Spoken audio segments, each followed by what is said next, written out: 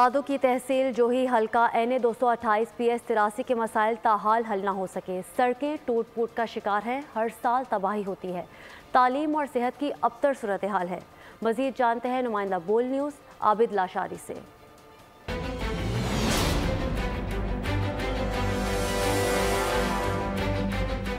NA 228 और PS 83 जो है वहाँ पर इस इलाके में मौजूद है। यहाँ के लोगों से बात करेंगे कि यहाँ के लोगों को क्या कहना है कि यहाँ के जो मसाइल हैं वो जो गुज़श्ता 5 सालों में हल हो सके हैं या नहीं।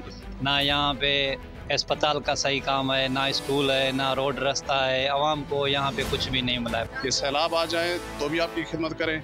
ये तो नहीं है कि आप अपने खाने पीने के लिए कोई बजट इस्तेमाल करें। कितने करोड़ों रुपए की बजट आती है, वो कहाँ जाती है, कौन देखता है। ना कोई लॉ एंड ऑर्डर की सिचुएशन है, वही बिल्कुल बुरी की बुरी है।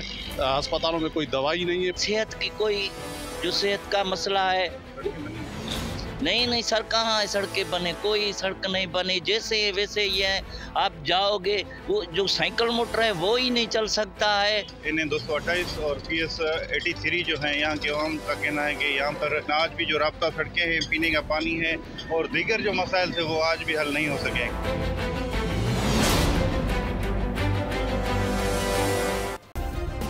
सब्सक्राइब करें और बेल दबाएं ताकि कोई खबर रह न जाए।